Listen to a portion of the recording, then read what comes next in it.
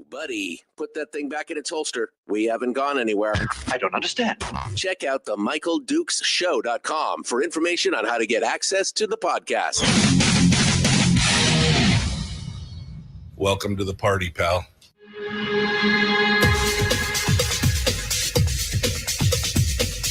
The Michael Dukes Show. The greed and the entitlement is astounding to me.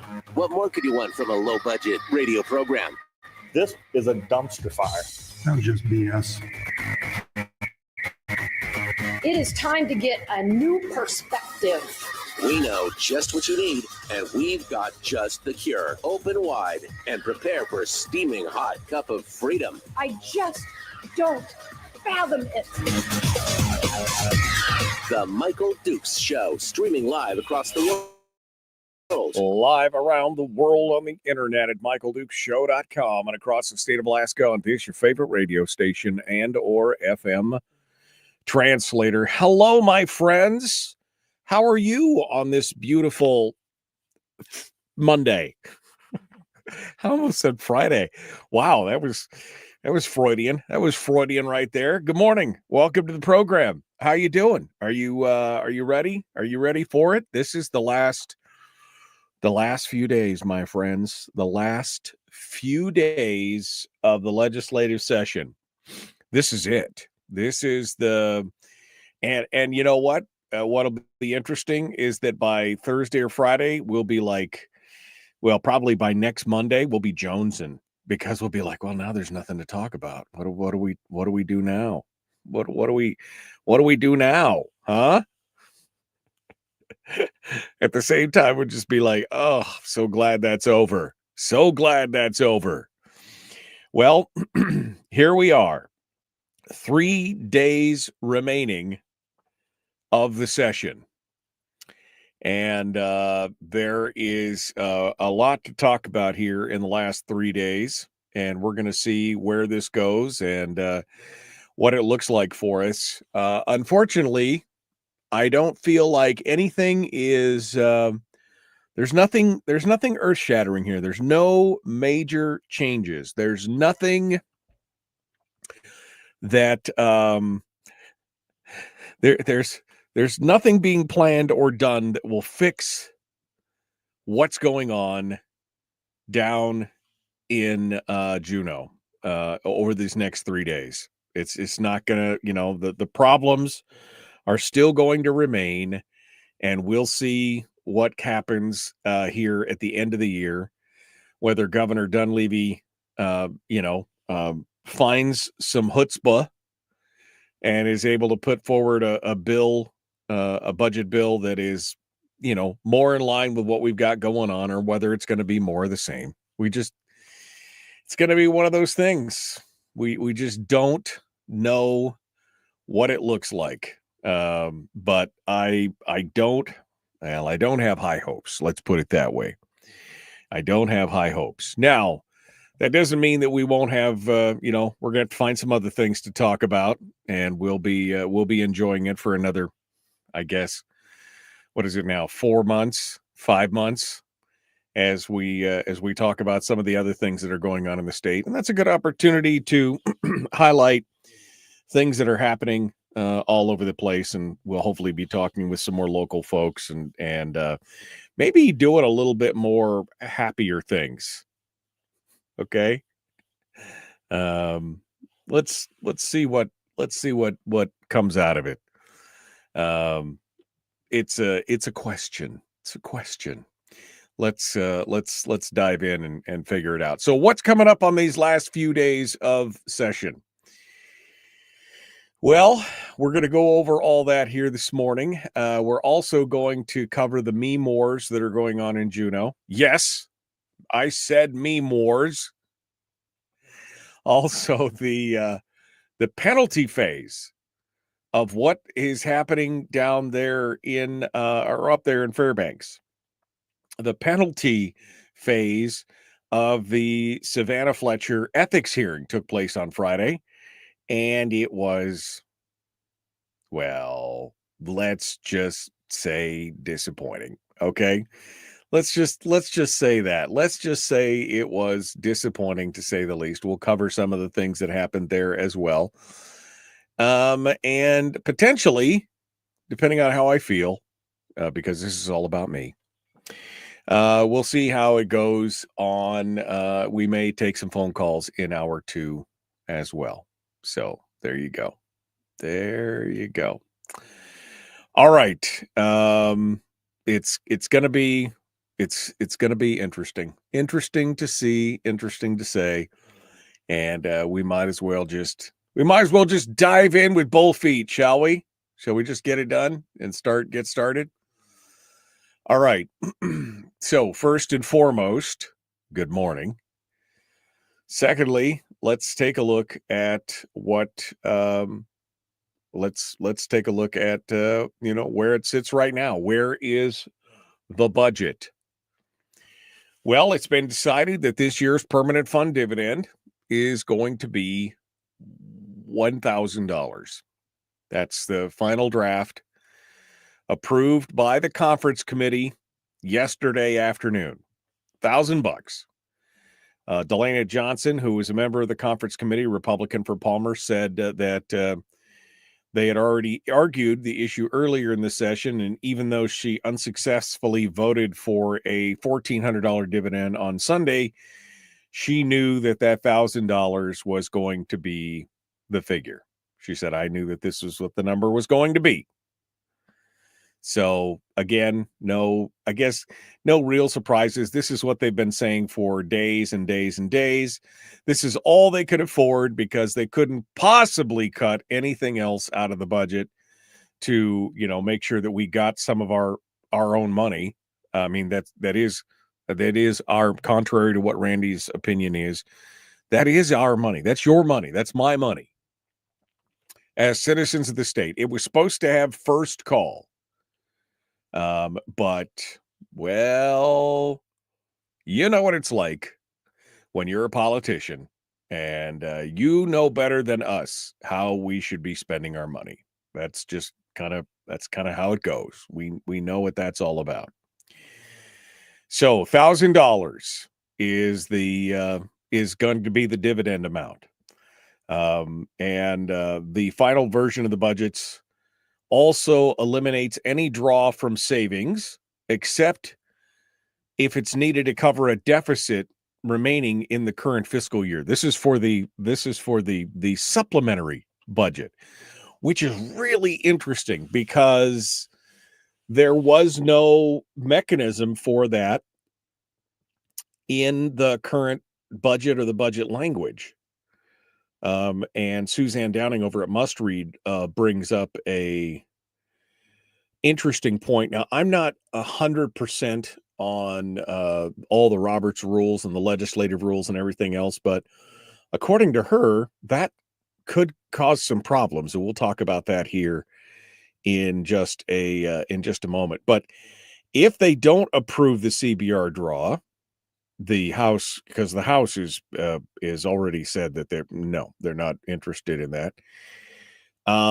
Then the money would be taken from the state investment bank. $100 million would be taken from ADIA and the state's education trust fund.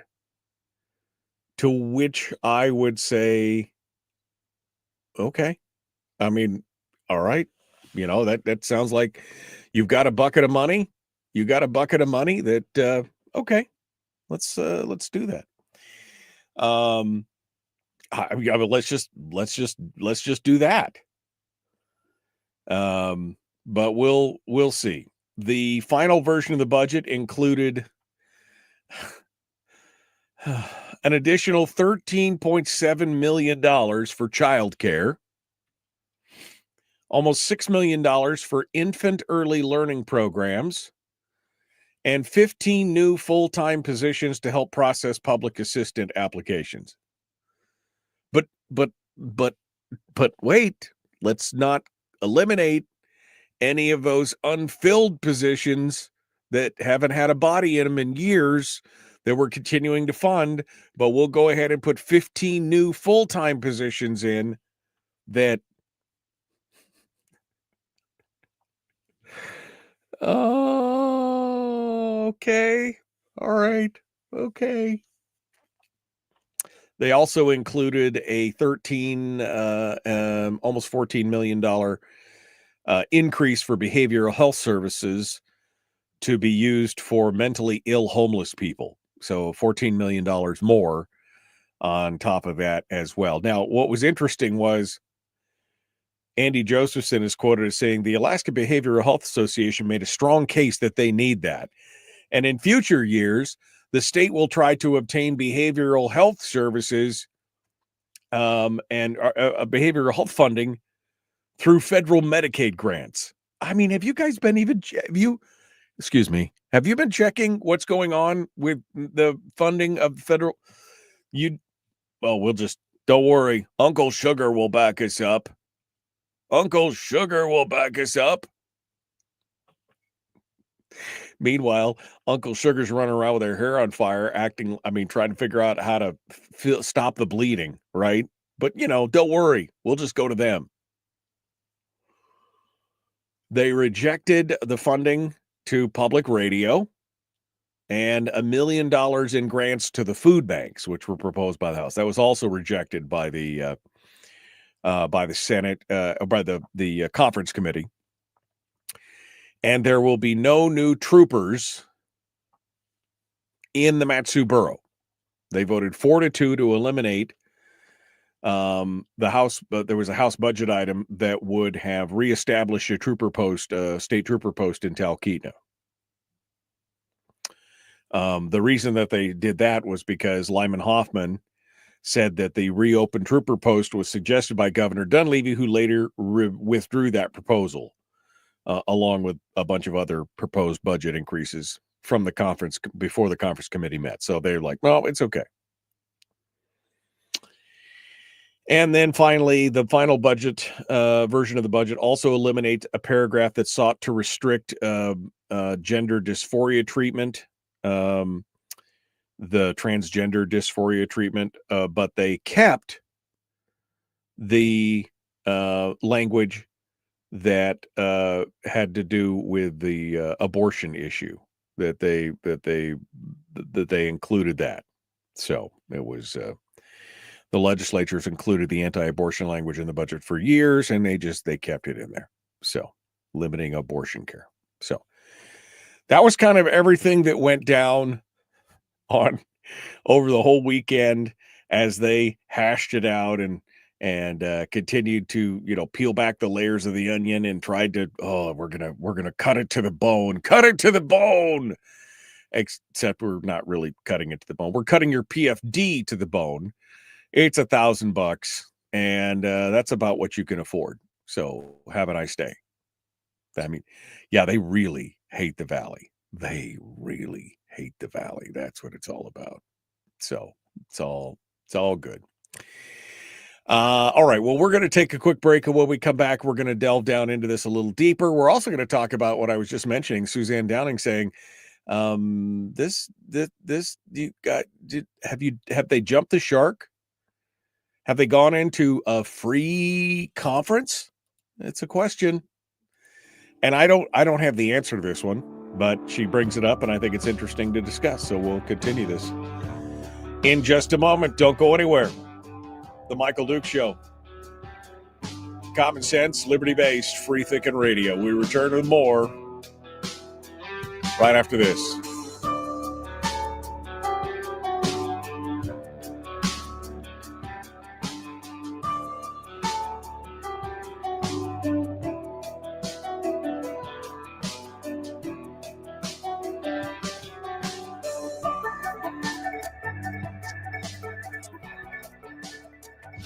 If you missed the show, you can listen to it on your time with Dukes On Demand. Oh, and it's free. Like America used to be. Streaming live every weekday morning on Facebook Live and MichaelDukesShow.com.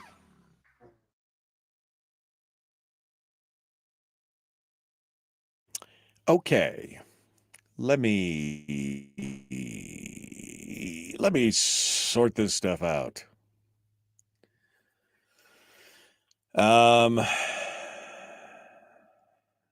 All right. Good morning. Good morning. Good morning. Good morning. The grand finale of the Juneau Clown Posse. Yes. Good morning. Willie says, yes, we'll be jonesing. What are political animals to do when that happens?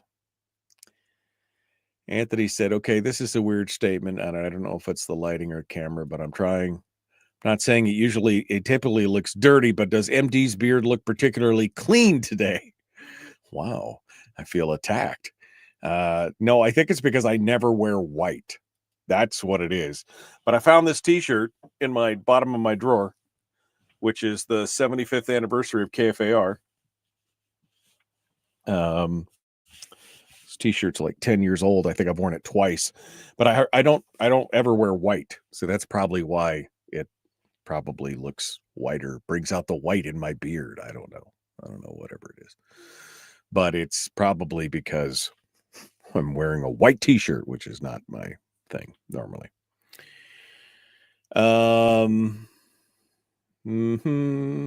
Yeah, about 2,400 short of a regular dividend. That's true. And Terry catches it. She says it's the reflection from his white t-shirt. I haven't dipped my beard in coffee yet this morning. I think MD treated himself to a spa day. Well, that's possible. I don't know. Yeah, we put all this money into all this stuff, but we could not put $1.5 million into a new Talkeetna Trooper post. Yeah. They really, that's it right there. They really hate the Valley. Oh, did they name the state dinosaur too? I may have missed that. Sorry, that was not on the list, the punch list. Jeffrey says it won't be long. It won't be long until the Valley will outpopulate Anchorage and take the seats. Well, that'll be a while, but I mean, there's like 115,000 people, I think, in the Valley total, and there's 270,000 in Anchorage. So it's going to be, it's going to be what it is. The governor posted on Facebook yesterday, says Rick. What did he post, Rick? I don't know. What did he post? Excuse me. Big L says I should watch the video from the thing on Friday. I have got better things to do with 3 hours of my time. I did read the synopsis. Somebody was kind enough to send me the synopsis of the article in the News Miner, and but yeah, you could see what was going on there. You could see that there was some real chicanery going on. All right. Mass exodus from Anchortown coming, says Teresa on Facebook or on YouTube. I don't know. I don't see a mass exodus. I mean, that's already been happening. People have been flocking to the Valley from all over the state. The Valley is the fastest growing area in the state and has been for the last 10 years.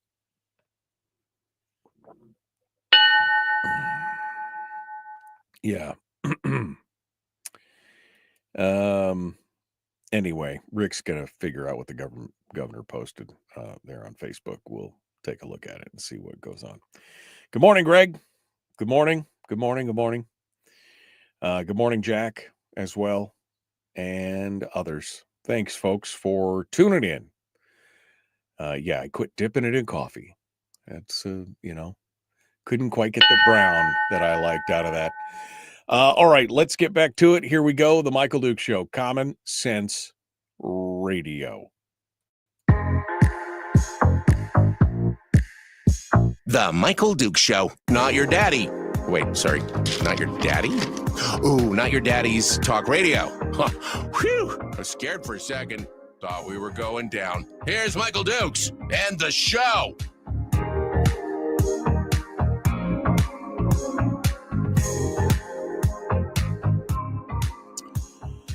Okay, my friends, welcome back to the program, and thanks for coming in and joining us. It is hour hour one of the show. I'm already trying to get to hour two. You can see how it is. We are ready to go and ready to dive into some more stuff that has gone on. Has the legislature jumped the shark? Which is, I don't know if you know what the I don't know if you know what the origin of that phrase comes from. You Happy Days fans know what I'm talking about, right? You Happy Days fans know exactly what I'm talking about when I say jump the shark. Anyway, she asked the question, has the legislative budget negotiation process just jumped the shark by going into free conference? What do we mean by free conference? Well, the conference committee is set with a very specific task. It's 6 members, 3 from each body. And they sit down and they go over the budgets as passed by the 2 different bodies, and they basically try to come to a consensus, right? They try to weed out the things. Now, they're not supposed to add anything. They're just supposed to basically pick and choose what comes in and out of the what came out of the respective bodies. But apparently, they waded into what Suzanne Downing calls free conference area when they can add things to the budget that have not been passed by either body. The interesting thing is that the conference committee does not have free conference powers. It's got limited conference powers. The issue is there's a major hole in this year's budget because the budget passed last year when oil was $78 a barrel, but now it's down in the $65, $66, $67 range, which means that they are woefully they're short of money. They're out of money. They don't have any more money. And that means that they are about $180 million short for this current year's budget. So they've got to try and figure out a way to fund it. Now, they if they don't, the governor has to cut between now and July 1st. The governor has to cut $180 million out of the state budget, to which I say, okay. I mean, really? Okay. I mean, look at me. In your heart of hearts, can you name anything that the state government is really doing for you right this minute? I mean, again, we're talking about nearly $20,000 for every man, woman, and child in the state. And I'm just thinking, can I think of anything that the government, what am I getting for my $100,000 in state spending a year with the 5 people in my house? What am I getting right now? Maybe we should leave it up to the governor. Maybe he should have to start finding those cuts between now and July 1st. Anyway, sorry, sidebar. I'm having a dream. I'm having a wonderful dream. But on the negotiations on Sunday, they decided to add in a draw on the CBR. And then they created that contingency mechanism that says if that fails and they don't get the votes to draw from the constitutional budget reserve, then they're going to take $100 million from ADIA, the Alaska Industrial Development and Export Authority, and the Higher Education Fund. They're going to draw it out. Now, again, not opposed to taking $100 million from ADIA. or the higher education fund. In fact, I think there should be a concerted effort to go through every bucket of money out there. Yeah. Look in the couch cushions, man. Let's look at every fund, bank account, everything. Should be everything. How much money is in all these various accounts around the whole state of Alaska? Funds that, in some cases, people had probably even forgotten about. There's folks. There are billions of dollars sitting in different bank accounts. Now, some of it has a very real and rational purpose, and some of it is just sitting there. While we squabble about what's going on with the PFD and everything else, they could have been helping to fund the government with a lot of this excessive money sitting in all these various accounts. I mean, they don't even know. It's so big, they just don't even know where it's all at. So I'm all for taking the money from some of these other accounts. I'm going to get trouble with somebody. The Power Cost Equalization Fund has got $1 billion in it. $1 billion. Now, that has a very specific purpose, and it should be spun off and blah, blah, blah, blah, blah. But what they should be doing with that is building infrastructure instead of just paying people's electric bill. Right? I mean, there's a whole show there. We could do a whole show just on why the Power Cost Equalization Fund should not be used to just subsidize people's electricity bills. It should instead be used to build out infrastructure to create sustainable and affordable energy in all of these areas. That's what should be happening there. But again, just another bucket of money that continues to just sit out there. So if they don't get the money from the CBR, if they can't get the votes, and quite honestly, I will be disappointed in my legislators if they vote for a CBR draw, because I think it's time to call the tune, right? It's time to pull back and say, no.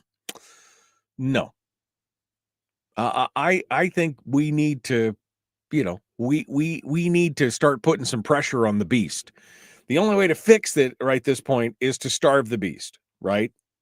And to do that, we need to start squeezing.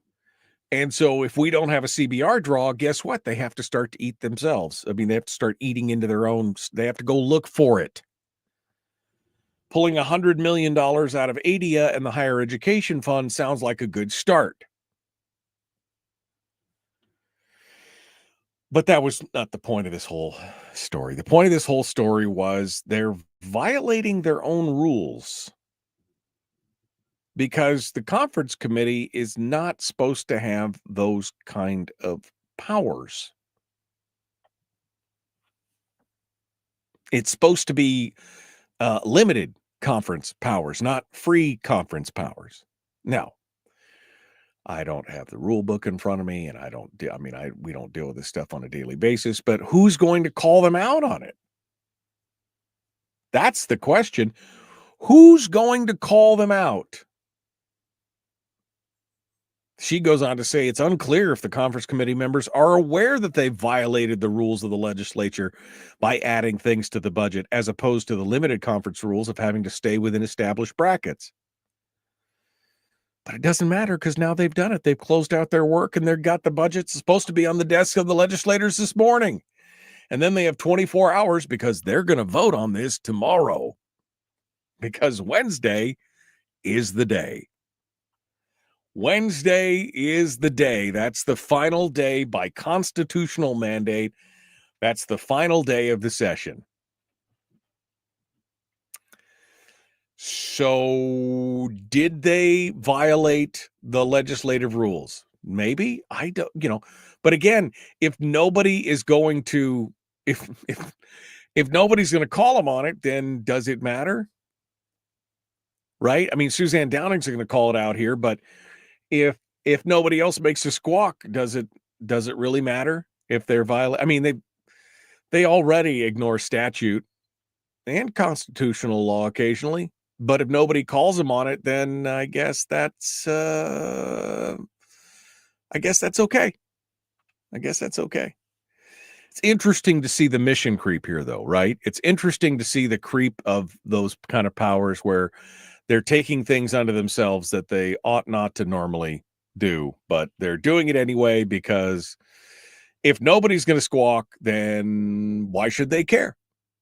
Why should we care? If nobody's going to squawk, then, why? What's the whole point? And then we come to the some of the other issues that were up in front of the legislature that look like they're basically not going to go anywhere, because now we're down to the wire. On Friday, there's kind of a whole list of bills that potentially could have gotten some more traction. But I don't know if they will. A lot of these have to do with, well, not a lot, but some of them have to do with revenues and expenditures and things like that. And because the conference committee bill is now wrapped up and being proposed, you really can't. There's really no way to add some of those things. So some of those things are going to stop. But there was a handful of bills. The campaign finance reform bill, HB 16, which would have limited the contributions of individuals, not of organizations or entities or anything else, but of individuals.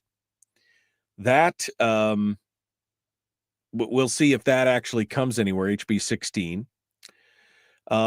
There was bill changes the appointment process for the head of the Office of Public Advocacy, requiring selection by the Judicial Council, which Savannah Fletcher is a member, and I'm sure it'll be fine. And yeah, it's a way to remove power from the governor's oversight from the anyway, I don't know where that's going at all. The vehicle rental tax, Kevin McCabe sponsored this. He's in the chat room this morning. Maybe he can give us an update on it. It addresses vehicle rental taxes, including things for like the Turo, peer-to-peer gig economy deals. The Yunt tax, SB 92, which initially started out as the closing the Hillcorp loophole, but was then hijacked by other members of the committee. When Rob Yunt took a bunch of heat on it and he passed it over to the Senate Resources Committee. The moratorium on new school bond debt reimbursement, that would extend the moratorium on the new bond debt reimbursement from July 1st of this year to July 1st of 2027. It may allow for additional education provisions to be shoved into it before final passage, but again, no monetary issues, right? So maybe some policy changes. I don't know. Over in the Senate, they've got a handful of bills in Senate Finance. The foster care and mental health consent bill. And I think part of that has to do with, I won't even speculate. I don't know for sure. But SB 90 allows minors age 16 and older to consent to behavioral and mental health treatment, excluding medication. And then there is a HB 10, which is the University of Alaska Board of Regents faculty members. It's sponsored by Ashley Carrick, adds a faculty member to the Board of Regents, increasing the board from 11 to 12 members, which is always weird when you have an even-membered board. I don't know why. I haven't read the bill. I don't know why you would want to increase, what the justification is, but we'll see. HB 194 approves the sale of state royalty oil to Marathon Petroleum. While considered routine, the bill's must-pass status makes it susceptible to amendments, such as incorporating the provisions of the Hillcorp tax, SB 92. So maybe that, I don't know if that'll happen in the last few days. Again, I don't think as if any's money, they might be able to do it, but they don't have much time left. In House Finance, there was a age of consent bill. HB 101 from Andrew Gray proposed to raise the age of consent from 16 to 18. closing the legal loopholes affecting 16 and 17-year-olds. SB 24, which is e-cigarette regulations. That's for vaping. Gary Stevens seeks to raise the minimum age for purchasing tobacco and nicotine products and introduces new taxes on these products. To which I say, go for it, Gary. Right. And then finally, the bill of the week, SB 54, professional board extensions and interior design registration, sponsored by Matt Clayman. It establishes requirements for the practice of a registered. You got to register to be an interior designer to beg the state to do bad art. I mean, what? What? I mean, I just, what? The bill also extends the termination date for the State Board of Registration for architects, engineers, and land surveyors. But interior designers, is that what we really need? Is that where we're going? I mean, does that paint go well with that? Does that match that wall? I don't know. Maybe I should get a state certified interior designer in here. I'm sure they could figure it out. I mean, okay. Okay. All right. Up next, we're going to talk a little bit more about the meme wars. Yeah, meme wars in Juneau. You can't make this up. We're going to be back with more of the Michael Duke Show. Common sense, liberty-based, free-thinking radio.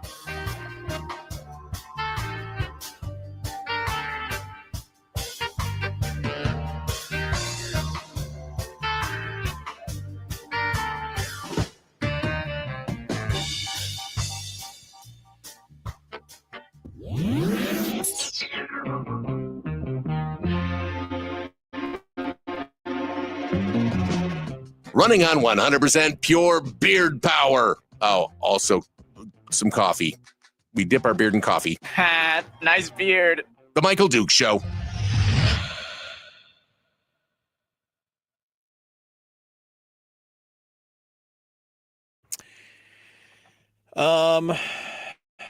Okay.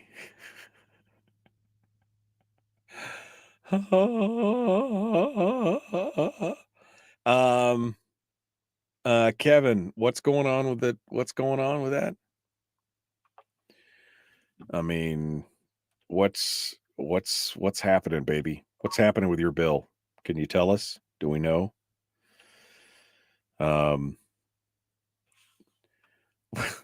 Frank, who's always got to have his cutting comment for the morning. Another facial conservative, facile,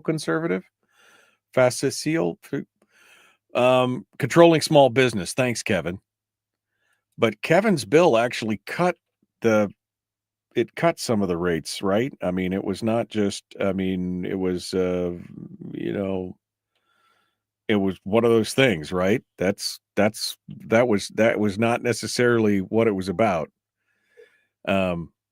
It also forces Turo to put the tax on the app and also remit it to the state and instead of having to have the host drivers collect it separately. But I mean, it's so what's going on with that bill, Kevin? Can you tell us what's been going on there? I'd love to hear about it. They promised no CBR draw, said Kim. They also promised us a full dividend, Kim. I mean, I just like to point that out. I mean, just in case you were keeping track.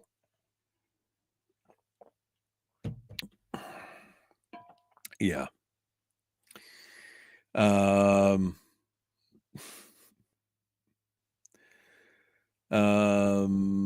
I'm scrolling backwards here. Rick did he? I'm going backwards. Here we go. Cindy celebrating our first college graduate. Congratulations, Cindy.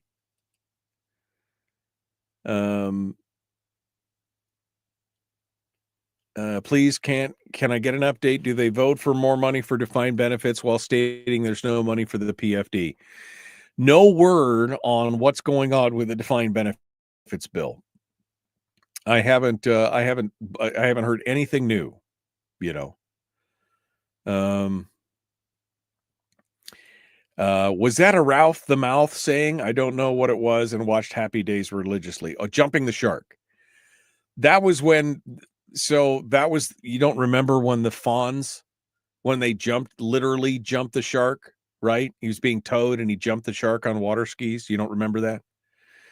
That's where that phrase came from. When that was like, they decided that was the absolute death of Happy Days. That was the worst episode ever. Yada yada. And that's where the phrase jump the shark came from. When you jump the shark, like a la Happy Days, you have your best days are behind you. You're done. So, all right. Doge, Alaska. Michael Chambers says the legislature's proposing to roll the earnings reserve. Michael, we've been talking about this for weeks and months. Where you been, man? This is what we're talking about. Anthony's like, molten salt, do it. That's the molten salt batteries, you know. Hello.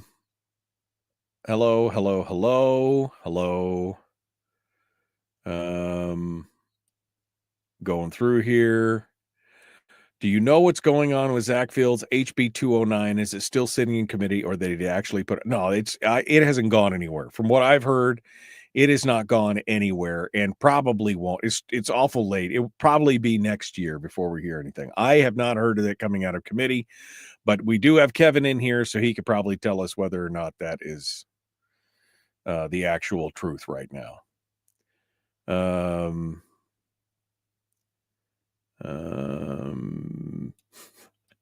I dread to think, says Anthony, of the quality of product a state-sponsored interior decorator could be, let alone the bill.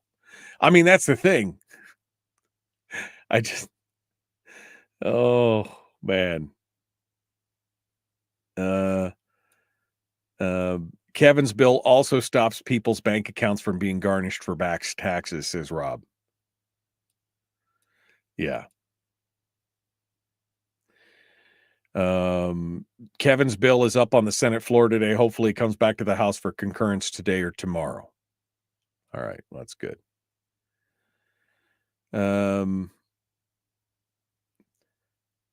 Okay, defined benefits passed the House and will be heard in the Senate next year.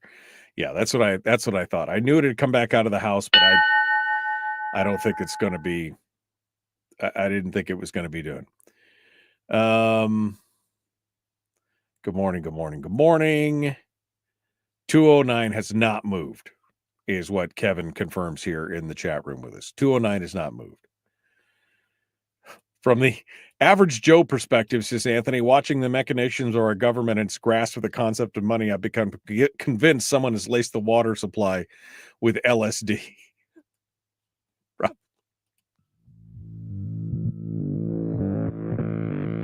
Public enema number one. Oh, wait, sorry. Public enemy number one, which makes more sense. On the other hand, he's a little bit of a pain in the Michael Duke show. Okay. That doesn't make it any better, Kevin. Kevin just said, because I was complaining about, the licensed interior designers, right? Because that's an important part of the whole process. Kevin McCabe is in the chat room. He says some federal projects actually require a licensed interior designer. Go figure. Right now, there are no licensed designers in the state, so we have to import them from out of state. But there's your problem. What government bureaucrat said, you know what we really need? You know what really will protect the people? Licensing interior designers. We need to make sure that they're regulated. Yes, we want to make sure that they don't. No, don't put that painting there. You'll now have to go to school and then get certified by the government that that painting can actually go there and that the drapes actually do match the carpets.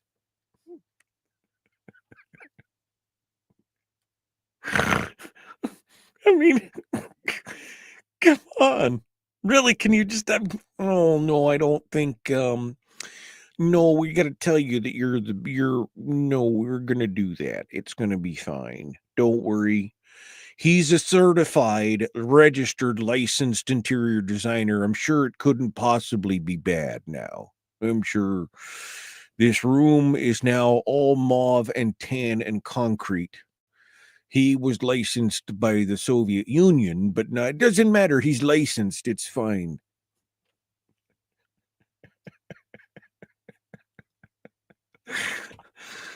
I mean,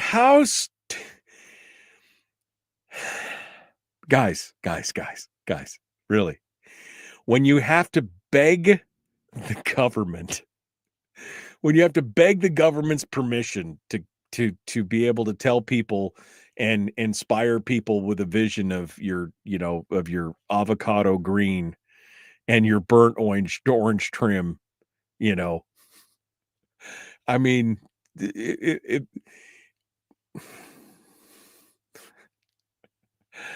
no, he said, oh God, Kevin just told me it's even worse. He says they require a license to comply with all the regulations, the federal regulations that were put in.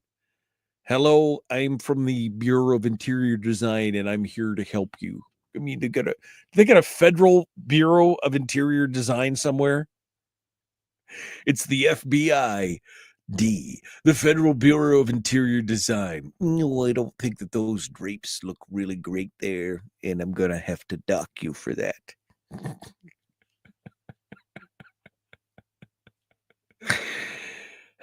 You gotta laugh because how absolutely just the stupidity of it. Just the stupidity of you've got to beg the government's permission to be able to go. I mean, I would argue, this is just me arguing with whoever. I would argue that interior design is a form of art. Would you disagree with that? Right? Interior design is a form of art. And so to basically make people who are artists go to the federal government and beg for a permission slip to be able to exercise their art seems to me to be kind of a free expression First Amendment thing personally. But, I mean,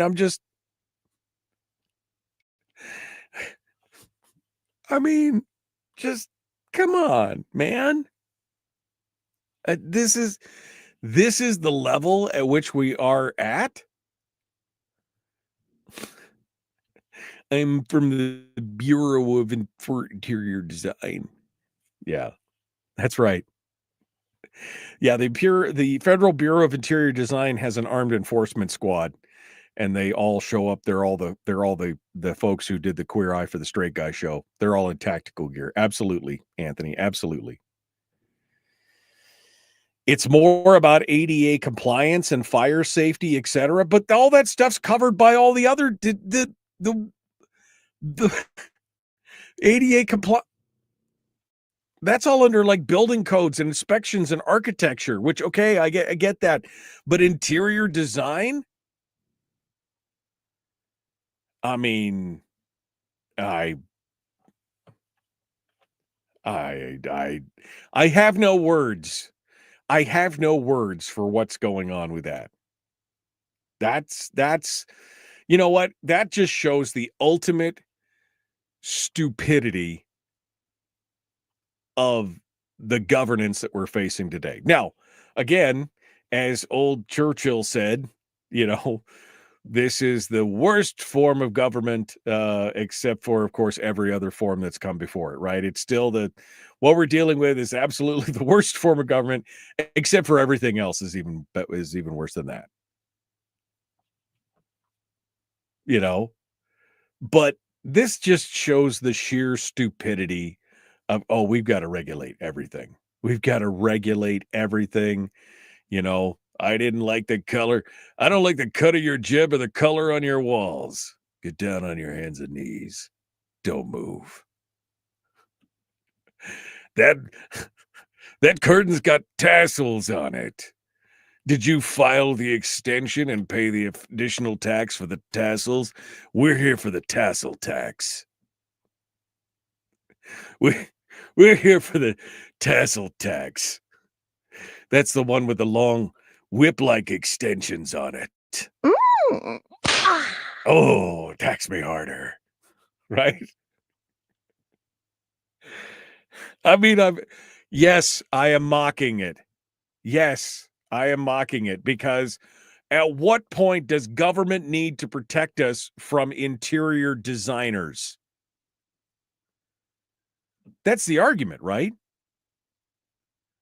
That's the argument here is that, well, we need to regulate them and have them registered and licensed because, boy, they could hurt somebody, right? That's the justification for things like hairdressers or barbers or people who do people's nails. Oh, they could hurt somebody. Okay, I guess. I mean, I've never been hurt having somebody cut my hair, but, you know.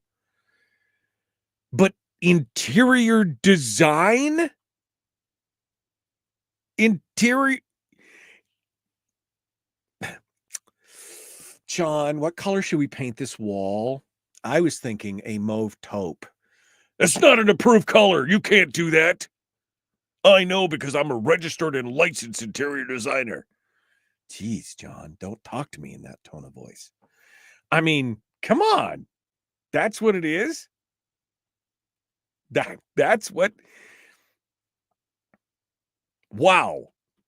It really is all about control.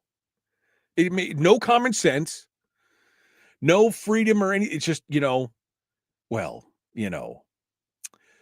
we can't trust you to make sure that you're using an approved paint process to paint the inside of your office.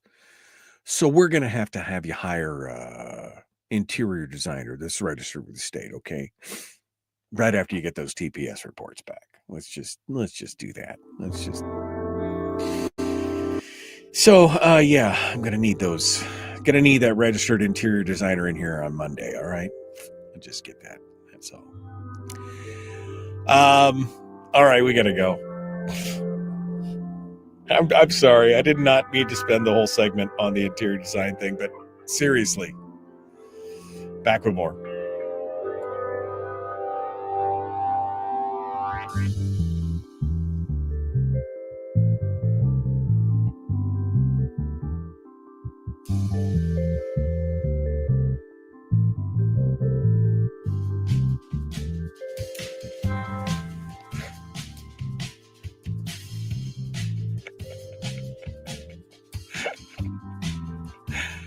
Chris is in YouTube. I can neither confirm nor deny that statement, Chris. I can neither confirm nor deny that statement. I thought about that as soon as I said it. I thought, well, that was probably not the best use of that. But yeah, the tassel tax, man, it's a real deal. Well, I'm sorry, But officer, why have you kicked down my office door?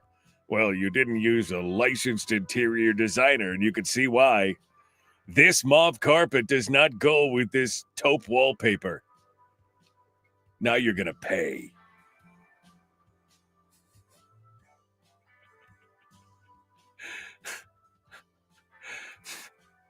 I mean,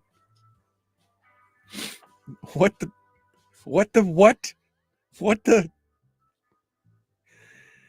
The unfunny part, says Anthony, is that we are going to be funding an entire entity dedicated to putting potted plants out and doing crown molding. I mean, yeah. I, I mean, what? And then what are they going to have? They're going to have outlaw interior designers. I'm an interior designer, but here, take my card. Don't share it with anybody. It's just got my name on it. No business address, no name, no nothing else. Just got my phone number. Shh. I'll do you a good one. Under the table. It'll be beautiful. Don't tell anybody.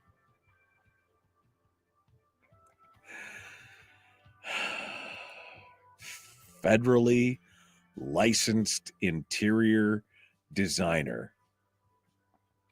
That's what it's all about? Yeah, we have outlaw tamales in North Pole. It's true. It's true. I mean, that's the thing. I mean, at some point, people are just going to have to stand up and be like, F you. I mean, right? I mean, they're just, come on. Yeah, the government establishing an interior design black market.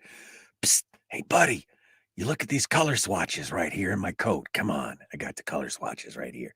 Don't let the man know.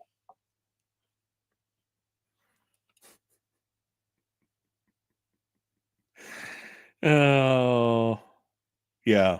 I'm just we're mocking it, but I mean, folks, this is real life. They are literally debating this on the floor of our legislature. That's the thing. They're literally on the floor of our legislature. They're literally debating this.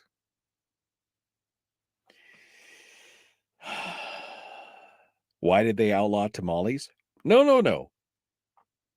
They're outlaw tamales because they refuse to, they basically just sell them out of the trunk of their car, right? They don't get the DEC, they don't get the DEC approval and they didn't go through the state regulatory board for food producing or anything.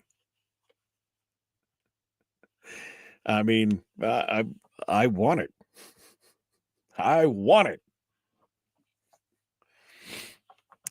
But this is what they are. I mean, we're mocking it, but it's literally what's being discussed in our legislature right now.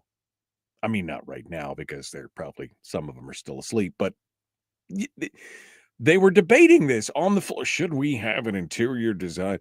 Well, otherwise, you know what? Import an interior designer from someplace else if that's what it takes.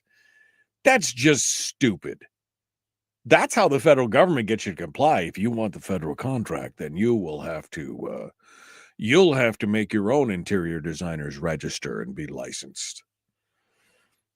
You know what? Keep bringing interior designers up from outside. That's fine. That's fine. Whatever. Just stop. Yeah, bathtub cheese. Remember that? I do remember bathtub cheese. You guys have no idea what we're talking about if you haven't been listening to the program for 15 years. But I threatened to make bathtub cheese because, bathtub gin and everything. And that was when DEC was coming after us and I had goats and chickens and everything. And they were saying that we couldn't sell our homemade cheese to anybody else because, and I'm like, damn it, I will make bathtub cheese and guard it with a shotgun.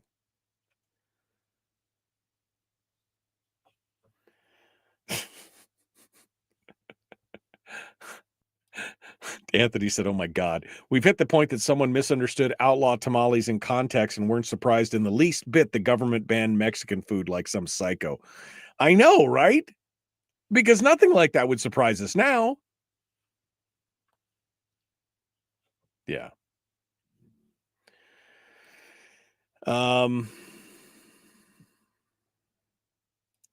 As schools are going to be closed down, they closed Nikolaevsk and now are trying to close 2 more, but schools are being blindsided so bad. Nikolaevsk is going for a charter school more and more people are supporting, and it's wonderful. I'm so happy for you guys, Lisa, out there. That's what you need to do. Oh, Kim's got the solution.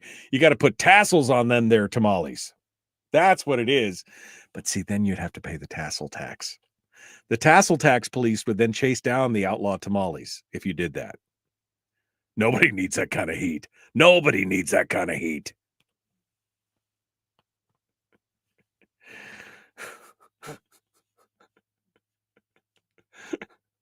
Free. That's going to be my new business. Tassel tamales. Come on down. We'll dangle one in front of you. I mean, come on.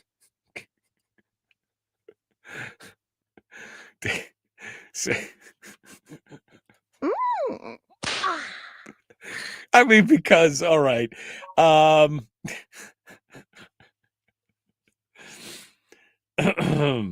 Yeah, no doilies. No doilies.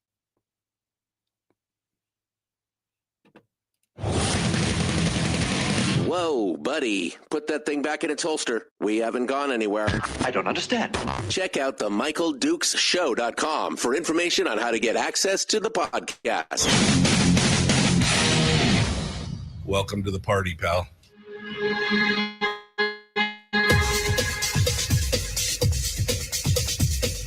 The Michael Dukes Show. The greed and the entitlement is astounding to me. What more could you want from a low-budget radio program? This is a dumpster fire. That was just BS. It is time to get a new perspective. We know just what you need, and we've got just the cure. Open wide and prepare for a steaming hot cup of freedom. I just don't fathom it. The Michael Dukes Show, streaming live across the world. Live around the world on the internet at michaeldukeshow.com and across the state of Alaska on this, your favorite radio station and or FM translator. Tell me again when I lost control of the show. Tell me again when that happened. All right. It must have been, it was a few minutes ago when we started talking about, I think we have jumped the shark. Greg said jump the tracks, but I read it as jump the shark. I think we have jumped the shark here on the program when you start. But I mean, it's just my mind is blown. I'm sorry for those of you who missed hour one. Thank you. Welcome to the program. But I think my mind is blown by the fact that we have a state government of all the things that they could be dealing with. $1.5 billion deficit, money, tight, things going on, spending like drunken sailors, and they are worried about making sure that interior designers are registered and licensed because reasons, right? I mean, that's the thing. I mean, you're going to have the Federal Bureau of Interior Design going around inspecting your places. Was this done by a register? No, I can tell this perpetrator. I've seen his MO before. He always puts the olive green with the bright sunshine yellow. That's him. I can see it right now. Show me your license. Right? I mean, how... Folks, it's madness. It is absolute. Okay, guy's going to work on your teeth. He's going to cut you open. He's going to, do something that physical. Okay, maybe I could see a little regulation there. Maybe. I mean, I'm a big boy. I can make my own choice. I can read a Yelp review, right? And know whether or not that this guy's going to be good. But an interior designer, you're going to create a whole bureaucracy and licensing regime and everything else to double check to make sure that somebody's got their interior designer license. What the actual hell is going on? I mean, seriously. See, that is... And don't get me started on the tassels, okay? I mean, yeah, somebody wants to put hair extensions in. Well, I'm sorry. We need to have 43 hours of training and supervisor, and then we'll get it registered and get you licensed so that you can braid hair, so that you can put fake hair into real hair or real hair into real hair. But, we wouldn't want that to be done without governmental supervision. What?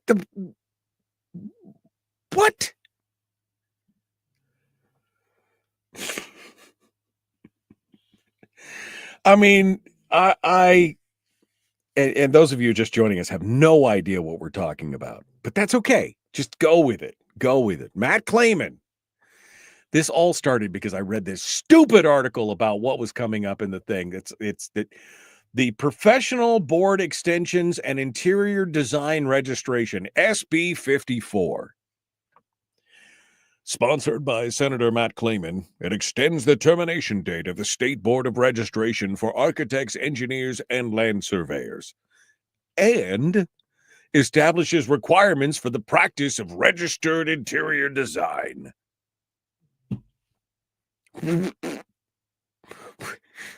Architects, engineers, land surveyors, and you put interior designers in there like that's part. I just don't. The bill has faced scrutiny for combining unrelated professional regulations. You think? I mean, well, is this a load-bearing wall or not? Well, I don't know. I'm a certified interior designer. It looks like it's load-bearing to me. You've got engineers and interior designers on the same team. Why in the this is it's farcical is what it is. This whole thing is just how somebody with a straight face could say that this is a good idea. Now, Kevin points out, for those of you who may have missed it, may have missed it in the last thing I did mention, Kevin points out that one of the reasons why they are pushing for this is apparently, and I did not know this,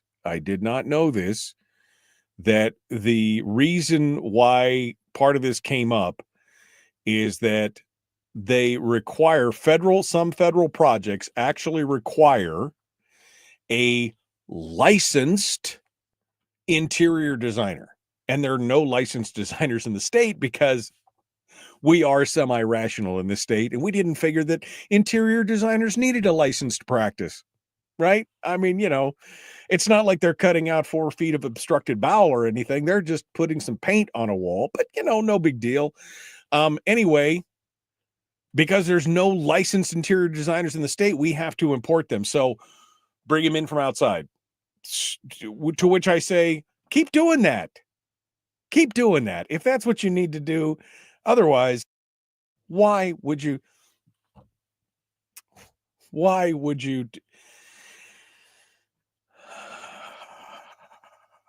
Okay. I mean, okay. That's where I did, Yeah, that's true. Timothy says, doesn't registered and licensed mean the government feels it's not getting its cut? Yep, pretty much. Because that's going to go, that's going to go, it's going to cost more and you'll pay for it. And the government will get there. And some bureaucrat will be licensed to follow people around and make sure that they get there.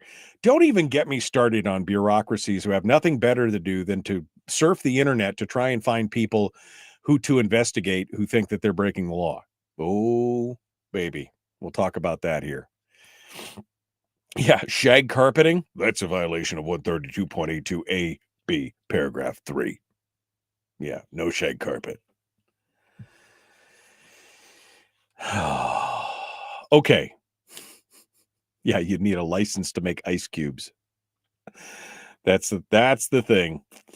All right, where was I before I got so rudely sidetracked on this whole interior design thing? Oh yeah, the last days of the legislature. That's what we've been talking about. What's just as dumb as making interior designers be licensed in the state of Alaska? High school pranks and antics. That's what's dumb. Apparently there's been some, is this even high school? It feels more like junior high school stuff. There apparently is this is the headline: decorum dying in Alaska Capitol as harassment of lawmakers is suddenly on the rise. And it's what I'm calling meme wars. Meme wars. It all started apparently when Senator Rob Yunt was spotted taping a harassing meme on the door of Jamie Allard. A meme that basically referenced the legislative citation that got shot down with Suzanne Downing. Remember that? That was kind of an unusual thing. I mean, it's all quid pro quo, right? I mean, everybody hates everybody. So, of course, your citation can't pass. But he apparently thought it was a good idea to tape it to Jamie Allard's door because she had taken issue with it. Because that's the adult thing to do, of course, is to tape a meme to somebody's front office door. And then Elise Galvin slipped a harassing meme under the door of Representative Kevin McCabe. One of her staffers did. Well, we're slipping notes into people's lockers now? There was a picture of Kevin saying, "Don't bring the Little Lake energy in here, boy." Which, I mean, it's not even a good meme. I mean, it's not even what is that? It's not even a good meme. I mean, it's just, but this is what we have fallen to, is that we're taping memes and mean cartoons to the front of people's lockers. I mean, doors. We're slipping them into their lockers. I mean, doors. This is the level of what, I mean, what? And if you think the staffer, by the way, I'd just like to point this out. If you think the staffer did that without full force and knowledge of their, I mean, really? Come on. You think that they just, and of course nothing's happened. You know, there's no penalty for any of that. But this is what we've come down to. The meme wars in Juneau. The worst part is they're not very good. That's the, you know, at least if you're going to meme somebody, if you're going to meme somebody, at least make it good. You know, at least make it good. I mean, that's like so junior high right there. Or I guess, is it middle school now? I can't keep track. It was junior high when I was there. That's so junior high. I mean, are you going to all get all the mean legislators together and they're going to go around in a pack and a squad and make fun of all the non-mean legislators? Is that the next thing? Oh, Joan, did you see his hair? Oh, he doesn't have any. No. Oh, did you see that blouse? I mean, is that the next thing we're doing? This is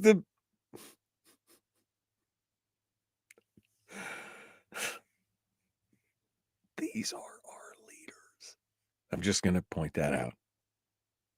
I mean, these are our leaders. And this is the kind of behavior that we've got going on from the leaders. I mean, I would say I'm shocked, but I guess I'm not. I'm just almost numb now to this kind of stuff. That this is what it was out. Yeah, if you remember, Mike Shower was told to take down the picture of the F-15 picture in his office. Yeah, good luck with that. I mean, what is this? What is this madness that we're dealing with? We got to get a license for interior design, and now we're meme-warring each other in the hallways. I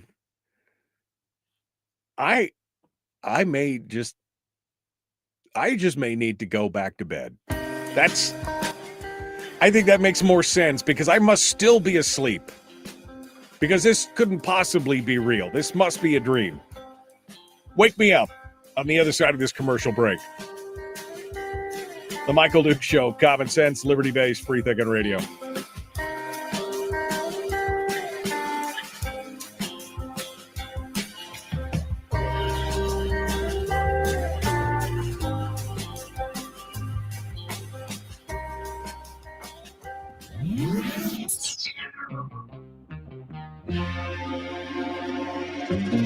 Listened to by more staffers in Juneau than any other show because their bosses told them to.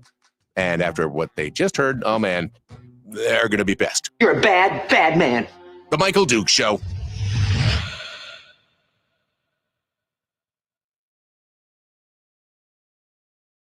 I thought it was Friday. I was dreaming. I thought it was Friday.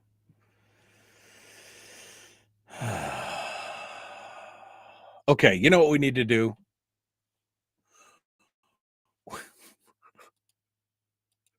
Because I don't want to talk about anything. I don't want to talk about any of these other things that I've got lined up here. I mean, we got the voting. We got the voting bill, the election bill that they put forward. We could talk about that. I just can't look at these guys the same. I just can't take them seriously when this is the kind of stuff that they're putting forward. I just can't. But you know what we need to do? We need to turn the phones on and get your take on this. That's what we need to do. Whoops. Let me go back here and do what I needed to do. Come on. Hello, computer. No. All right, there we go. And there we go. All right. Now I'm gonna get it. Now we're gonna turn the phones on. And we're going to take your phone calls. Boy, I want to hear from you guys this morning. Let's just do that. I just want to hear from you guys this morning. All right, there we go. Thanks so much for calling the Michael Duke Show. Thank you so much for calling the show. So let's see what you guys have to say this morning. I'm just going to turn the phone lines on now, and we'll see what you guys have to say. But I can't with these people. I literally can't at some point. Like, are you kidding me? This is the level of what, I mean, these are, again, our leaders, right? Passing memes in the halls, taping stuff to doors and sliding stuff under doors, and wanting to make interior designers be licensed and registered. That is the answer? Guys, come on. Yeah,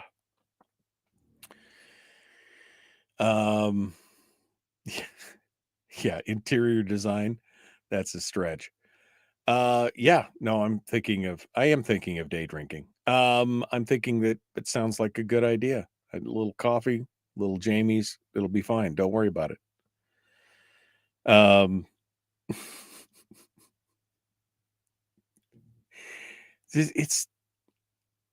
It's madness.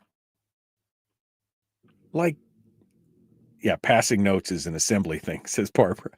Does that still happen? Because that would happen occasionally when I was on the assembly. That would go on. There'd be somebody be passing notes to each other. And I'm like, oh, come on. I mean, that's so 19th century. Now we just send texts to each other.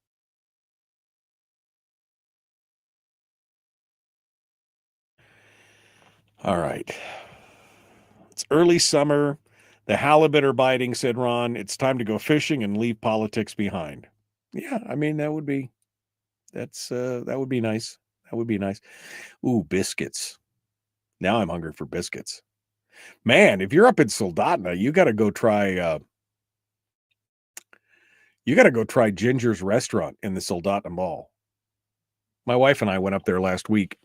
I had a couple of calls to make, and she needed to pick something up. And so we went up there and decided to stop in at Ginger's and have lunch. And I had a chicken fried steak that was, wow.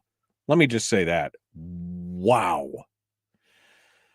I hardly ever leave anything on my plate, in case you haven't seen me. And I couldn't finish it. It was so much. So good. Oh, it was so good.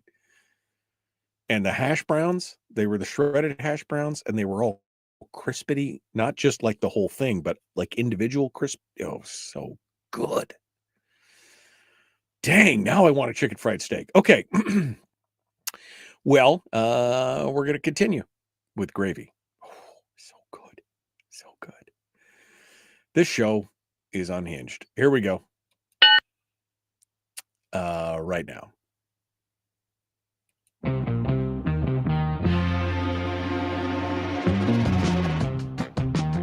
The Michael Duke Show. Seriously humorous with a pinch of intellect. Sorry. That is humorous. Here's Michael Dukes. Okay. I made an executive decision and decided to turn the phone lines on because by this point, I can't even. I got a couple other stories about what's happening and what's going on in the state. And I mean, the bottom line is you're going to be lucky to get $1,000 PFD this year. You should feel lucky because next year it'll probably be less if there is even a PFD next year. They're going to vote on it tomorrow. They're also going to vote on the CBR or try to, although I don't know if it's going to make it. That's for the supplemental. They're going to try and pay the supplemental bill because this year's budget is $200 million short for the current fiscal year that we're in. Not next year's budget, but this year's budget. And they're going to try a CBR vote. I don't know if it's going to go anywhere or not. But there's really, the last 3 days of session here, they're trying to get everything under the wire because at midnight on Wednesday, they're done. They are donezo. So anyway, I opened up the phone lines. 319-527-3864. If you want to call in and tell me about how much you believe that we need interior design licensing and registration. That's a must-have for you. That's a public safety issue for you. Although I have been in some rooms that quite possibly that could be an argument. I mean, I have been occasionally in a room where I want to know. I just don't. I'm not sure where that's at. Yeah, no, let's just. So anyway, if you want to call in and sound off this morning, 319-527-3864, and we can go over that. Yes, we also, of course, have the latest and greatest from what happened in Fairbanks on Friday for the Savannah Fletcher ethics hearing, the penalty phase, I guess, of the ethics hearing. And she was formally censured and fined $3 whole for making a minor and technical ethical violation. Now, what I find interesting about this whole thing, and I thought I would just point that out, that this is the same woman who presided over the ethics violation hearing and penalty phase for Barbara Haney. And somehow she just didn't know. It was unintentional. It was, I don't mean how she could say that with a straight face. Unintentional. She recorded radio spots to inform the public about assembly-related news and encourage public participation. However, she did not identify herself by name. And she wrote all the scripts from a particular perspective. But that doesn't, that it was not my intention to. And then it turned out that not only did Dave Guttenberg, he helped pay for the spots, as well as, I guess, Mindy. It was like later on that it came out, like later on, oh, I paid for some of the spots too. Like all of a sudden everybody was paying for some of the spots. Who was it that was I can't remember. This article is huge. I can't even remember now at this point who else said, oh, I also paid for the spots. and couldn't do it. And then everybody declared a conflict of interest because they either liked Savannah or they hated Rita Trometer, who was the person that complained. So everybody has a conflict now. Scott Crass couldn't make a decision because he's so antithetical to Rita Trometer. I mean, he's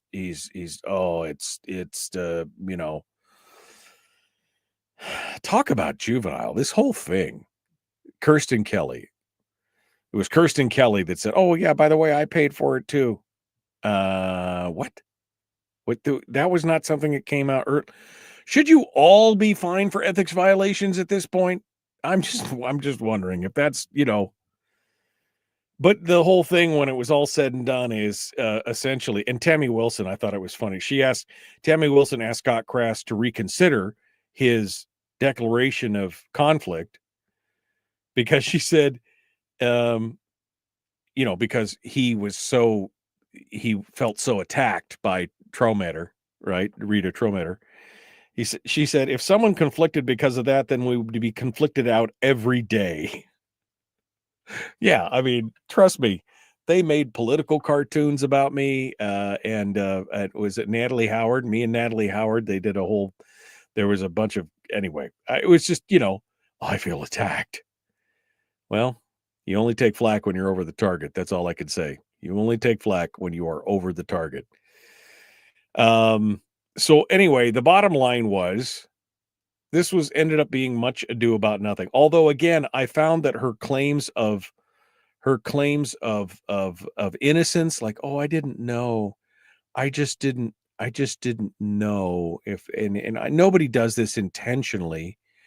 But I'm like, you just took somebody else to task for this. You just went through all of this. And she didn't, and the thing is that, Barbara, she didn't even put that, I guess the news minor put that underneath her name. Like, this is what I think she just filed it was a letter of opinion. It was a letter to the editor. But Mindy O'Neill had to go, or not Mindy O'Neill, but Savannah Fletcher had to go out of her way to write the scripts, get them produced, pay for the scripts, put them on the air, do all that. It's a little bit more but I didn't mean to, I didn't want to hurt anybody. And what, of course, the worst part is she just didn't want to get called out on it. And she did. And the worst part about this is that she's now on the Judicial Council. And I think she only really fought it because she was being nominated. And that was the thing. It did not look good, does not look good on her resume when it comes down to that. But again, I would just consider the Borough Assembly at this point to be a feckless organization that basically just, no.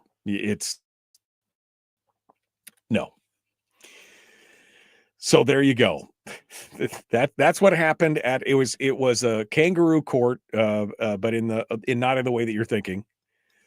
$3 fine. And in fact, even Mindy, or even Savannah, I keep wanting to call her Mindy, I'm sorry. Even Savannah was like, oh, $3. Okay, let's move on. And she's not on the assembly anymore, so they can censure her all they want. I mean, it doesn't really affect. Now she's out of office, it doesn't matter. Now, what does that mean next time she runs for office? Because Savannah's going to run for office. Maybe it can be brought back up then and revisited and used in that way. But the whole thing is just it's madness. Yeah, Miguel said the whole Scott Crass thing just demonstrates to the public that the assembly can't set aside personal issues and just do their jobs as elected officials and hand down a punishment per code. No, they just, again, can't do it. This is where we're at today, folks. I mean, but again, doesn't even that feel like it's a little bit of juvenile pushing and shoving, right? A little bit of juvenile pushing and shoving. No, I'm sorry, I can't vote on it because I like her. She's my bestie. I can't vote on that because I don't like her. Don't like her. Hate her. Hate her hair, her faceness. I hate all that. Can't vote on that. Sorry. I mean, this whole thing, in Fairbanks, Alaska, of all places. Yeah. It was, so here we are. Everybody got it. Barbara got $1. Savannah got 3. She got 3 times the penalty. Although it's costing Barbara a lot more than $1. She's actually taken that thing to court and is trying to reverse it. That's going to cost her more than $1. I can tell you that for sure. But good for her. Good for her standing up for it. What was I've totally lost up my where. Oh, I was going to talk about the latest and greatest under the the power issue, right? Because we all know that Cook Inlet, the power, the gas, all that issue's coming, right? Well, the utilities have now put together a formal letter, and they sent it to 3 key budget writing members of the state house. And this happened earlier in May, but we're only hearing about it now. So I don't know what was the actual. It was on the 2nd of May. This letter actually went out, and we didn't hear anything about it. And it went to Neil Foster, Andy Josephson, and Calvin Schreggy. Maybe there's a reason why we didn't hear anything about it until just today. Just today. And this letter from Chugach Electric, Kenai Peninsula-based Homer Electric Association, Golden Valley Electric Association, MEA, Matanuska Electric Association, and Seward's own municipal-run electric utility, they all joined on this letter and said, yo, dude, you know what we really need around here? What we really need is we need some hydro. That's what we need, is some hydro. And they are encouraging them to pick back up on the Susitna-Watana Hydro Dam. That's what they're saying. They're like, look, we need more affordable, more dependable, reliable energy. That's what we need. And what we need to focus on is something that we will know will produce enough energy to keep us rolling and basically have dispatchable, that's what they call it, dispatchable power, which is basically electricity is available whenever it's needed. Not, is the wind blowing? Is the sun shining? No, we need a renewable, low-cost energy source that is reliable and dispatchable at any time. Shockingly, we hadn't heard anything about this until just today. It was just like all of a sudden. Of course, everybody has come out of the woodwork on it since then.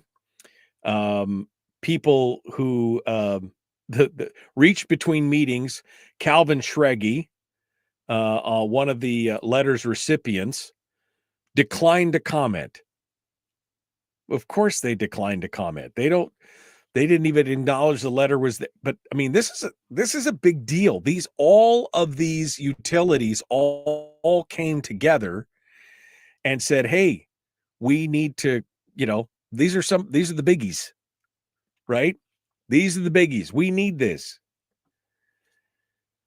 They want the Energy Security Task Force with charge was developing a comprehensive statewide energy plan emphasizing energy affordability, reliability, and resilience with the goal of reducing electric energy costs to an average of 10 cents a kilowatt hour, which, I mean, they would love that.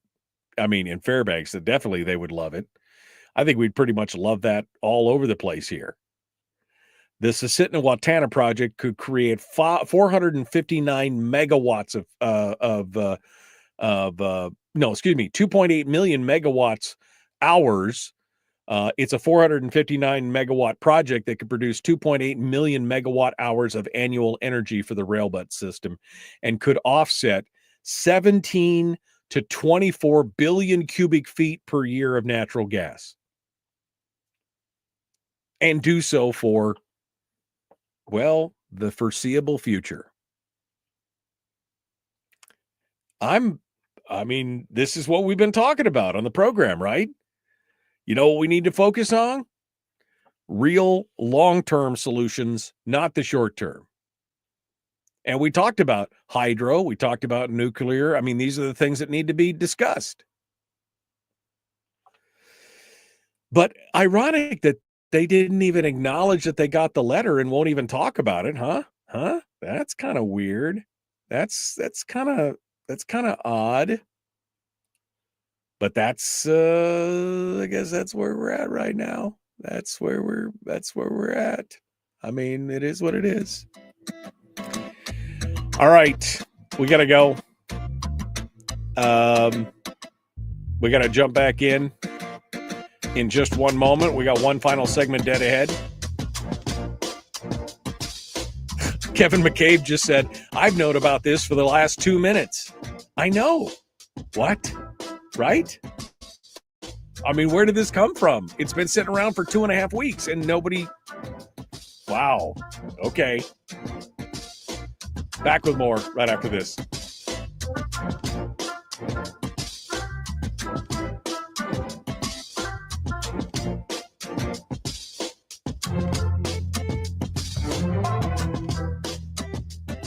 We're broadcasting live through a series of tubes, allowing all of these entities to provide streaming stuff going on the internet. Well, it's kind of hard to explain. Sorry.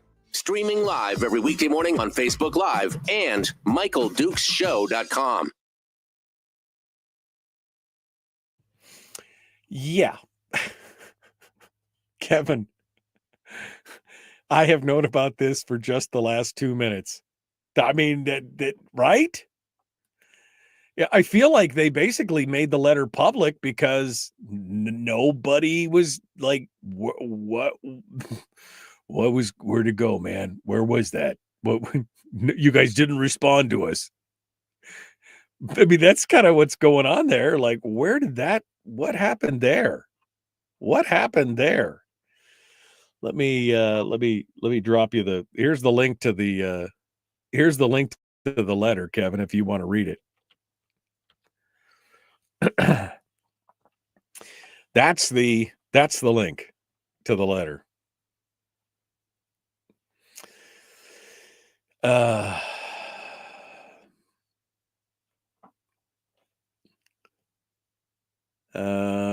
Becky said, split the upper Susitna in half ecologically.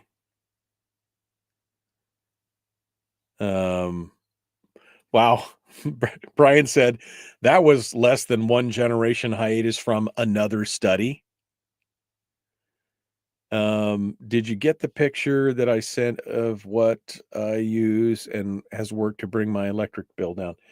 Did you? If you sent it to my email, I have to go look for it, Miguel. I'm sorry. I probably got it, and I just, yeah.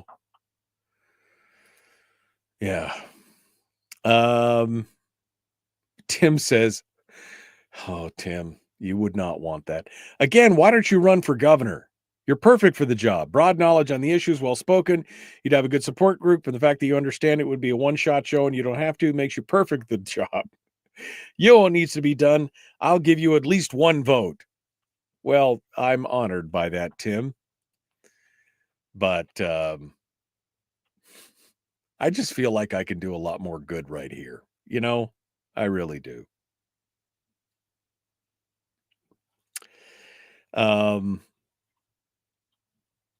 We have so many excellent coastal hydro options. We should take a look at more transmission lines. I mean, there's a lot of different things we should be doing. We should not be spending all this money and time on wind and solar, which is non sustainable. Well, it's not it's sustainable, but is it really? It's not reliable. What's the word I'm looking for? Consistent. I guess that's the word I was looking for, was consistent. It's not dispatchable, as they say in the letter.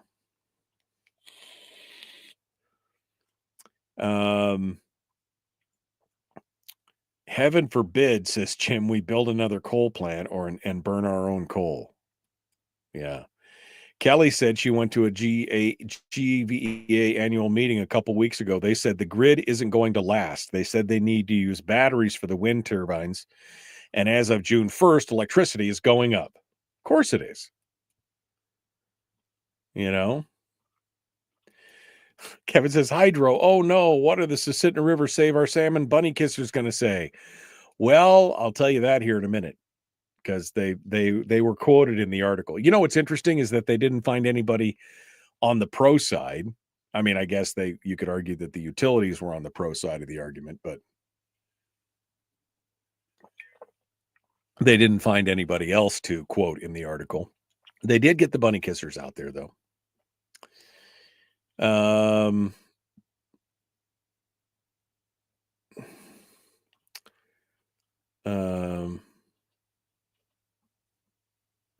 Okay, conflict of interest. Okay,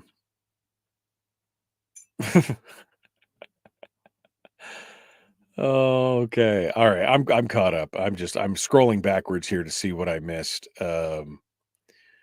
See if I missed anything.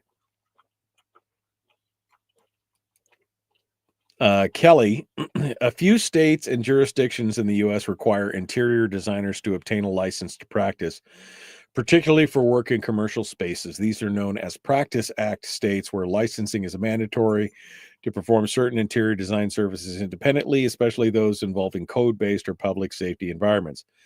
Based on the available information, the following states and jurisdictions have mandatory licensing requirement.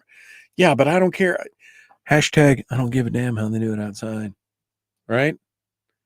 I mean, I don't care. I just don't care. That's the bottom line. We don't give a damn how they do it outside. Does it make sense for the state of Alaska? Nope. Resilience. Thank you. That's the word. I wasn't looking. Consistency, I mean, it still applies, but resilience and energy density. Thank you. Can we send some folks to Juneau with ideas instead of right-wing social engineering nonsense? Okay. Sure. I don't know. Can you? I mean, can you? Unknown at this time.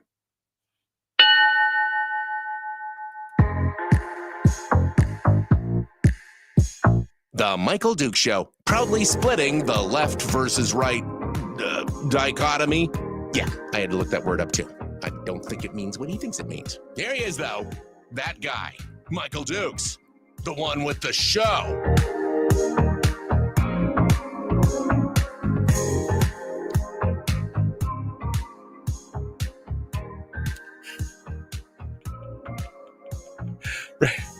Sorry.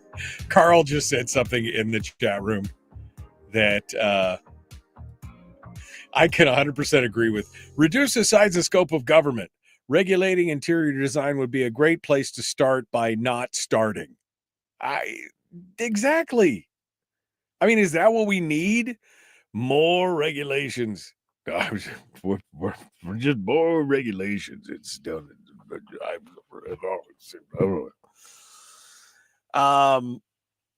All right. You gotta laugh, because if not, you'll weep uncontrollably. So let's just let's just take a minute here and make sure that I got, what was the other story that I had one more story that I was going to get to. I mean, first of all, I was going to finish up with the hydro story. Interestingly enough, Nat Hers over at the Northern Journal, he was able to get a quote from the Alaska Center which is, of course, we know the Alaska Center for the Environment, right? Where they said that the Sisit and Watana, it feels like an unfortunate distraction from the urgent work we need to be doing to secure affordable energies. We have the studies and the information we need about wind power in Alaska, wind availability in Alaska, and wind reliability. So to see them spending time on a controversial project rather than pursuing a solution like wind energy, it just seems like a mistake. The wind reliability? I mean, I guess unless you live in Delta, there's not a lot of wind reliability, right?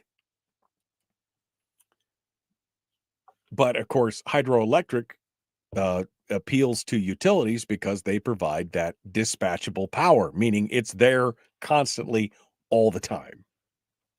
Which is what now I noticed that they didn't quote anybody else in there. Didn't quote anybody else in there, but they made sure to get the Alaska Center folks in there to say their piece about, and this is what I love, secure, affordable, reliable, renewable energy. But hydro's bad. I mean, solar's great, except for all the stuff you got to do to make the solar panels.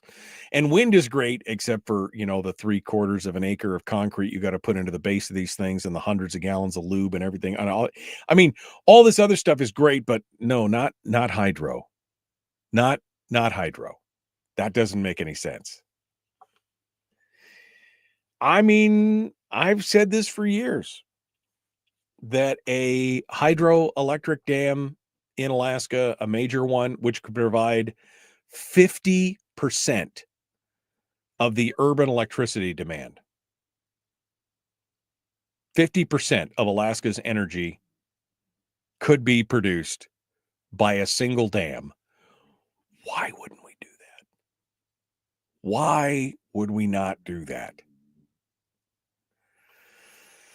Oh, okay. Let's go over to the phones and see what you guys have to say. Looks like Randy's on the phone. Let's see what Randy has to say this morning. Good morning. What's on your mind, sir?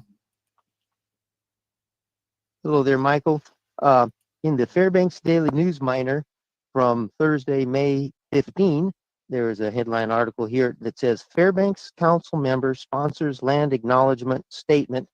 And that's we're talking about Valerie Therian, who's on the city council, and she wants to amend the city code, which states, as far as the opening statements, including the invocation and the flag salutation and the roll call and everything, she wants to stipulate that there also shall be a land acknowledgement, and for the Alaska Indigenous people who resided here for a long time. And the land it's worded as follows: land acknowledgement. We respectfully acknowledge the Dana people upon whose traditional lands we reside. We honor the Dana who have been the stewards of interior lands and waters, the elders who lived here before, the Dana people of today and future generations to come. We also recognize that Alaskan Native people would traditionally gather here and harvest native foods.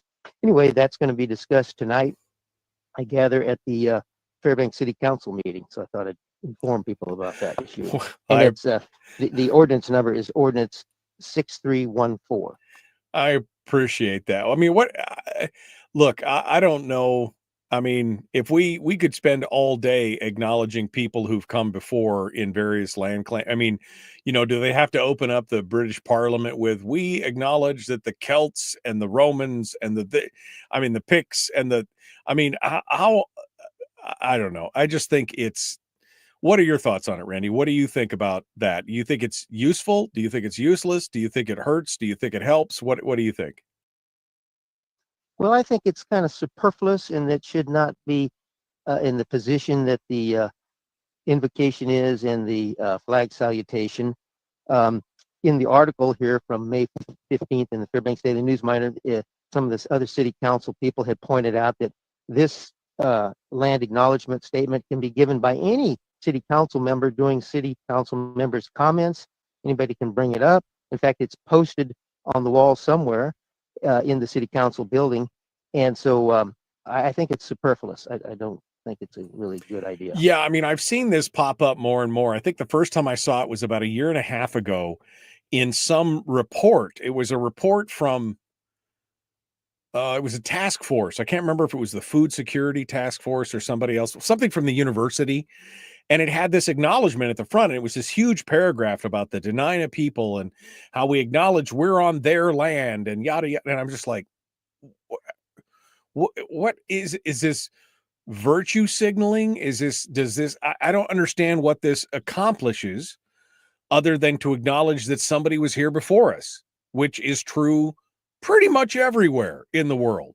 Someone was here before us. And what exactly does that do other than, I guess, maybe mollify people? I don't know. I think it's superfluous. I think is a good word. You think you used a good word for it, Randy? Yeah, and also I think it's good to know the history of everything that goes on. Go to the Alaska Museum and see results from archaeological digs. But another little underlying thing that bothers me a little bit is one of the buzzwords going around left-wing circles is colonialism and need to decolonize this land. And that's a real buzzword that floats around, and not that the sponsors had that in mind or anything like that. But no, but it plays back into it. that. It plays back into that. It basically implies that we are, that we colonized the air, which we did. I mean, quite honestly, but that's the nature of the world. I mean, we colonize from one side of the world to the other. That's how it works. I don't think it's necessarily a bad word, but that's what people seem to be treating it as. And again, it seems to be more than anything else an acknowledgement of somebody's guilt. We feel guilty because our ancestors came here and did whatever they did. I'm not personally responsible for them, but that is the way of the world, unfortunately. So, but anyway, Randy, it's going to be up at the city council tonight, you said. Yeah. All right. Well, thank you, Mike. Thank you. Thanks for calling in. I appreciate it. I mean, again, I'm seeing this more and more, this acknowledgement of, we're on Dena'ina lands and is it, and yeah, we're on Dena'ina lands. We're also on, all across the country, all across the world. We're on somebody's land. Somebody had it before us. That again is the way of the world. It really seems like really seems like it is virtue signaling, and if nothing else, or maybe just an expression of your own guilt for what somebody else did that you have no control over. So why are you feeling guilty about it? I don't know. I really don't know. All right. Well, we're out of time. We got to go. Thank you for coming in and joining us. Tomorrow is Tuesday. Brad Keithley, Chris Story. Yeah, we're on Russian land. We should be acknowledging we were on the Tsar's land. Oh, wait, maybe that's for the other. All right, we got to go. Thank you so much. We will see you guys tomorrow. Be kind, love one another, live well. Do not paint a wall without getting your registration in.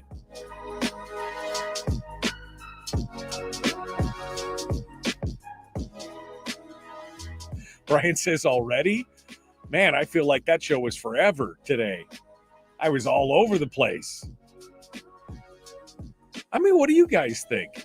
I just can't. I don't understand this whole land acknowledgement thing. I don't. It is the history of the world that there are places where people were and now they're not. And whether they were conquered, whether they were pushed out, whether they just moved on, I don't know. All right. Are you taking a long weekend this upcoming week for Memorial Day? Yes. Any excuse to take a day off, I will do it. So it is a 3-day weekend this week. Thank you for reminding me. I will mention it tomorrow. I will be taking next Monday off because, I mean, come on. Who doesn't want to? Yeah, what a way to start your week. Chris, it only goes downhill from here, buddy. It only goes downhill from here. Appreciate you guys.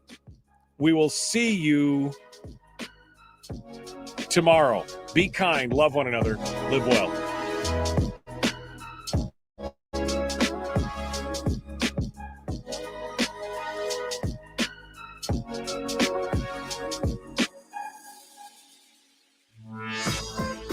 We've shed our terrestrial radio skin, and now Goodbye. we are slimy lizard internet people. It's the Michael Duke Show.